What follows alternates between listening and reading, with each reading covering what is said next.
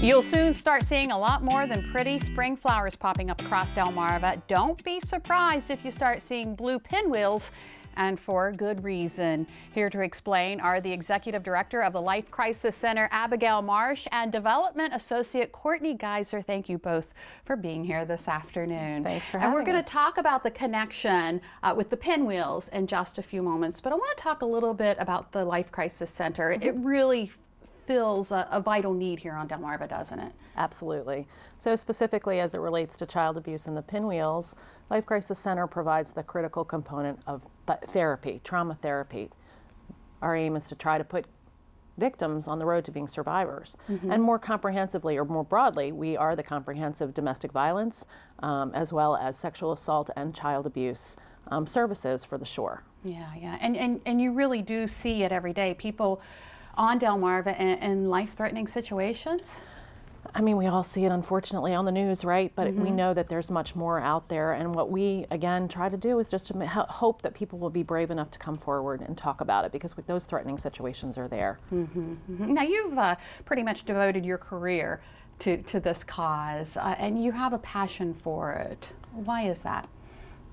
I would say that comes from my parents more than likely, but honestly what drives me and keeps me dedicated is hope and faith, and the very, very certain knowledge that when you use your gifts for good, even if you don't get to see the results, you will make a difference. You will help even just one person, even if you never know it. Yeah. All right, Courtney, we alluded to the planting of the pinwheels that you're going to start seeing around Delmarva. Tell us about that. Well, we do have, this is our 5th annual planting that we do at the Moose Lodge. This year it is March 31st, next Sunday at 2 p.m. We encourage the public to come out and help us plant these pinwheels. The pinwheel is a symbol of child abuse awareness nationally, but we have brought it here to the shore so that everything that we do with pinwheels stays local. And like Abby mentioned, it goes to child therapy through Life Crisis Center. In the last 5 years, we've raised over $60,000.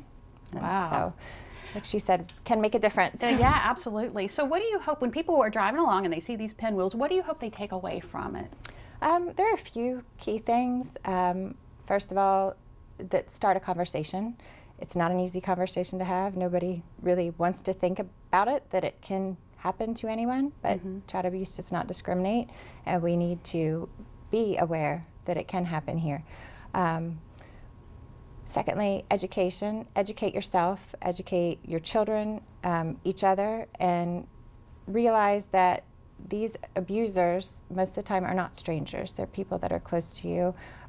They're master manipulators, and they tend to do their homework. So we need to do our homework, and we need to get our voices out before they get their voices out, and look for the signs, be aware of the signs of child abuse, and know what to do if you do see them.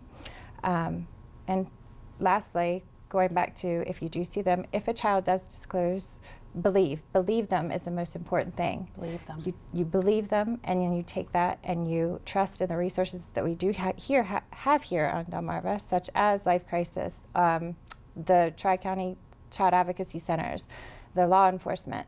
You take that information and then they do their job in hopefully bringing these people to justice. Abby, she talked about signs. What are some of the signs? So honestly, like, you know your own child, but when you see anything that's different, I mean, frankly, it can vary for each child. So if they're suddenly not wanting to go places that they wanted to go to before, or you see that they are maybe not indulging in their favorite foods, or maybe overindulging, you really have to like have zero in on your own child. But those signs, while subtle, are going to be there. You're going to see a withdrawal more than likely from the rest of what they normally like to do.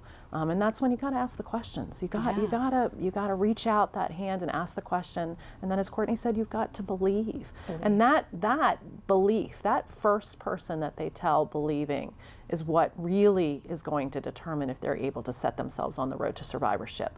But we're here for them. to support them through with our resources at Life Crisis. And how can people get a hold of Life Crisis if they need the services? So we have multiple hotlines, but one of the easiest on the lower shore is to dial 211. If you're in our area and your cell phone is an area for here, you can call 211. Otherwise, you could also call our domestic violence hotline, 410-749-HELP. And it's And you will reach 24/7? us 24/7. And the services are free. That's correct. All right, Abigail Marsh and Courtney Geiser, thank you both Thank you. for what you do with Life Crisis. And look for the Pinwheels.